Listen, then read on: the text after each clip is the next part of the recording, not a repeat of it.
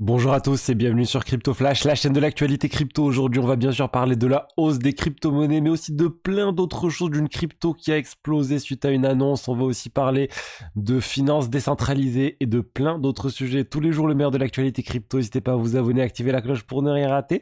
Et juste avant de commencer, un sujet un peu plus personnel. Ça fait 3 ans, jour pour jour, plutôt un jour près, le 27 février 2021, j'ai lancé cette chaîne et j'ai publié la première vidéo sur l'entrée en bourse de Coinbase. Ce qui est drôle, c'est qu'aujourd'hui, il y a pas mal de news en lien avec Coinbase aussi. Et j'ai publié cette vidéo un peu comme ça, un peu sur un coup de tête. Il n'y avait pas beaucoup de youtubeurs qui faisaient, enfin, il n'y en avait même pas des youtubeurs francophones orientés news sur les crypto-monnaies. Il y avait beaucoup d'analyses techniques, il y en a toujours, mais les news, il n'y en avait pas à l'époque. Depuis, ça a changé, il y a plus de monde maintenant sur le créneau. Mais voilà, je continue et je voulais vous remercier de m'avoir soutenu ces 3 ans. Merci pour votre suivi, pour les vues que vous apportez à ma chaîne, pour les likes, pour les commentaires et pour tout ça, pour votre soutien tout simplement sur ces 3 dernières années. J'espère continuer encore de nombreuses années. En tout cas, moi vraiment, cette chaîne et vous m'avez permis de faire plein de choses, vous m'avez permis de me consacrer aux cryptos à temps plein, vous m'avez permis de me lancer sur plein de choses différentes en lien avec les crypto-monnaies. Donc merci d'avoir contribué vraiment à changer ma vie de manière concrète. J'espère qu'on va continuer ensemble très longtemps. Pour fêter aussi cet anniversaire, je vous offre une réduction de 30%. Je crois, jamais fait une promotion aussi importante sur ma formation, sur comment générer le meilleur rendement possible sur vos cryptos. On parle de finances décentralisées ici. C'est un sujet sur lequel vraiment je m'intéresse depuis très très longtemps et sur lequel je me suis plongé aussi à fond depuis quelques temps maintenant. Donc voilà, je vous propose tout ça, 65 vidéos, 12 modules et ça évolue constamment et séances de coaching privé. Pour profiter des 30%, vous avez toutes les informations dans la description, le site, le code promo. Et voilà, et passons maintenant aux news. Et encore une fois, merci beaucoup. Alors, on va parler de la hausse des crypto-monnaies. Regardez le marché dans sa globalité, plus 2,6%, le Bitcoin 60 000 dollars, mais on est même monté bien au-dessus, l'Ether 3280 dollars. Le Bitcoin, aujourd'hui dans la journée, on est monté jusqu'à 64 000 dollars. CoinGecko affiche un peu moins, mais selon l'exchange, voilà, ça peut varier. 64 000 dollars, c'est énorme, c'est très très proche des plus hauts historiques. L'Ether, on est monté à 3 500 dollars. Depuis, on a baissé, on est à 3 200, mais ça reste des niveaux vraiment élevés. Et la plupart des cryptos voilà, sont quand même dans une tendance haussière. On a certaines cryptos en baisse aujourd'hui, il faut quand même le noter. XRP, Cardano, Avalanche et pas mal d'autres. Mais globalement, le marché est en hausse, tiré bien sûr par le Bitcoin et l'Ether. Alors, ce qui est drôle, c'est que ce marché, ce bull run, moi je pense que c'est un bull run, mais il est très spécial. Il y a beaucoup de personnes qui se posent la question, est-ce que c'est un bull run, est-ce que c'est pas un bull run? Pourquoi les gens se posent la question, c'est tout à fait légitime, parce qu'il n'y a pas vraiment encore l'intérêt massif du grand public sur les crypto-monnaies. Regardez les recherches Google, on est toujours sur des niveaux pas très élevés. On n'est pas au niveau d'octobre 2021, ou de fin d'année 2021, ou de mai 2021 même. Là, on avait atteint les 100, l'indice 100 sur Google Trends en mai 2021, donc on n'est vraiment pas à ce niveau-là. Mais qu'est-ce qui se passe? On a d'autres choses. On a les ETF spot Bitcoin et on a les investisseurs institutionnels qui sont en train d'acheter massivement du Bitcoin. On peut le voir avec les chiffres autour des ETF spot Bitcoin. Il continue à y avoir beaucoup de volume, beaucoup d'actifs qui arrivent sous gestion dans ces ETF qui se retrouvent à devoir acheter du Bitcoin. Et c'est ce qui crée cette pression acheteuse sur le Bitcoin. C'est pour ça que le Bitcoin est ce qui marche le plus en ce moment. On a aussi pas mal de narratifs autour du Bitcoin. On a le halving aussi qui arrive. On a Ordinals qui commence. Enfin, on a Ordinals qui a été lancé et qui a vraiment donné un nouveau coup de boost au Bitcoin, aux développeurs et au développement de nouvelles applications sur le Bitcoin. On a pas mal de Layer 2 qui commencent à arriver sur le Bitcoin. On a le halving, bien sûr, qui arrive et plein d'autres choses. Sur l'Ether, on a le TF Spot Bitcoin, Spot Ether qui devrait arriver dans les meilleurs cas en 2024. On a aussi la mise à jour d'Enkun là d'ici le 13 mars. On a plein de bonnes nouvelles et je pense que c'est ce qui crée tout ça. Et si vraiment le grand public se lance et qu'on arrive au niveau de mai 2021, etc., et même plus, là, ça pourrait complètement exploser. Vraiment aller bien au-dessus de ces niveaux-là. Après, est-ce que ça va arriver maintenant? Est-ce que ça va arriver dans quelques semaines? Est-ce que ça va arriver pendant le halving ou ça arrivera bien plus tard? Je ne sais pas. Je n'ai pas de boule de cristal. Mais ce que je pense et ce que je vous le dis à chaque fois, c'est que pour moi, ces niveaux, on reste vraiment très bas par rapport au potentiel de croissance des cryptos sur le très long terme. Quand je dis très long terme, je parle de 5 ans, 10 ans, 15 ans.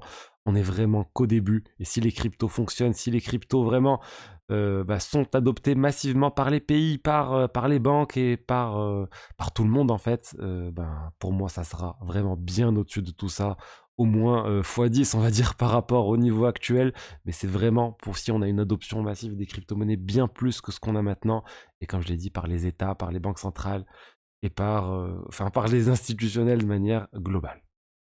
Aujourd'hui, on a eu aussi eu une news qui a fait exploser une crypto. Je parle de Telegram et de la crypto Toncoin. Qu'est-ce qui s'est passé? En fait, on a Telegram, l'application de messagerie très très utilisée dans l'écosystème crypto, qui a annoncé qu'ils allaient désormais partager les revenus publicitaires sur Telegram à 50-50, donc un peu comme ce que fait YouTube, et que le paiement aux créateurs de contenu sur Telegram sera donné en Toncoin. Donc ils sont en train d'essayer de donner plus d'utilité à ce token, le Toncoin. Ça sera disponible dans 100 pays différents, et Telegram, le Toncoin est passé de 2 $ à 2,80 $ suite à cette annonce. Depuis on a baissé, on est repassé à 2,40 $, mais ça a vraiment bien augmenté. On parle de 40% d'augmente en quelques temps, en quelques heures, suite à cette annonce. Telegram, vraiment, ils sont en train d'adopter cette crypto pour l'application de manière globale, pour faire plein de choses. Je vous avais fait des news il y a quelques mois sur le sujet. À la base, cette crypto n'est pas censée avoir un lien direct avec Telegram, mais ça a été adopté par Telegram. La SEC avait forcé Telegram à se séparer à ne pas créer leur crypto qu'ils devaient créer. Et depuis, ils ont libéré le code source.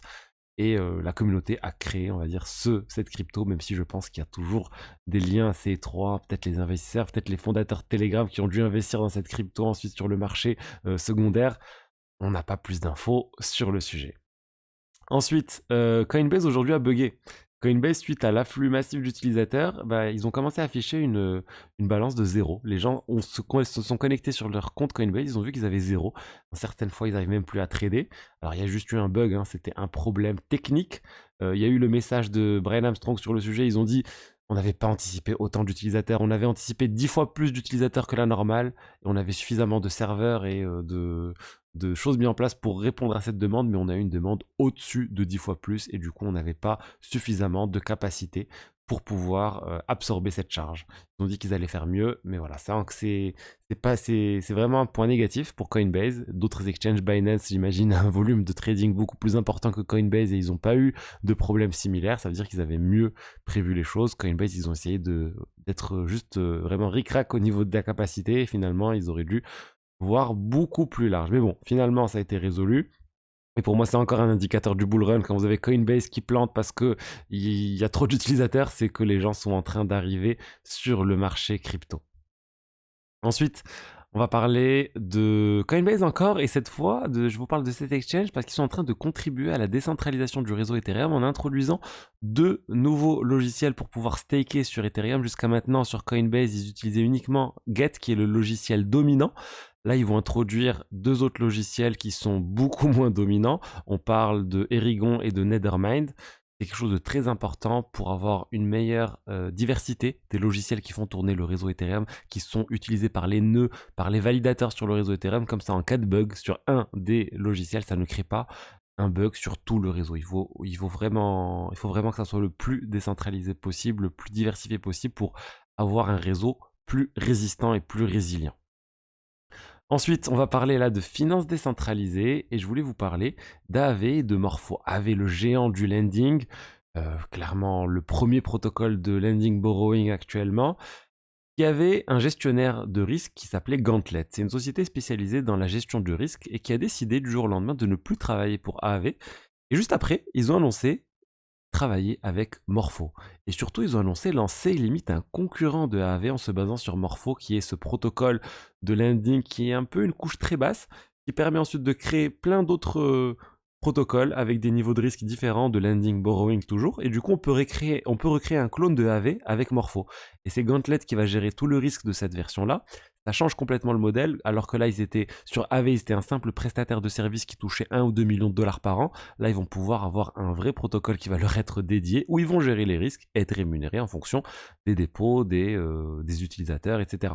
Donc, c'est un changement vraiment de paradigme pour eux. Je pense qu'ils ont voulu aussi toucher plus d'argent, être plus libres qu'avec AAV.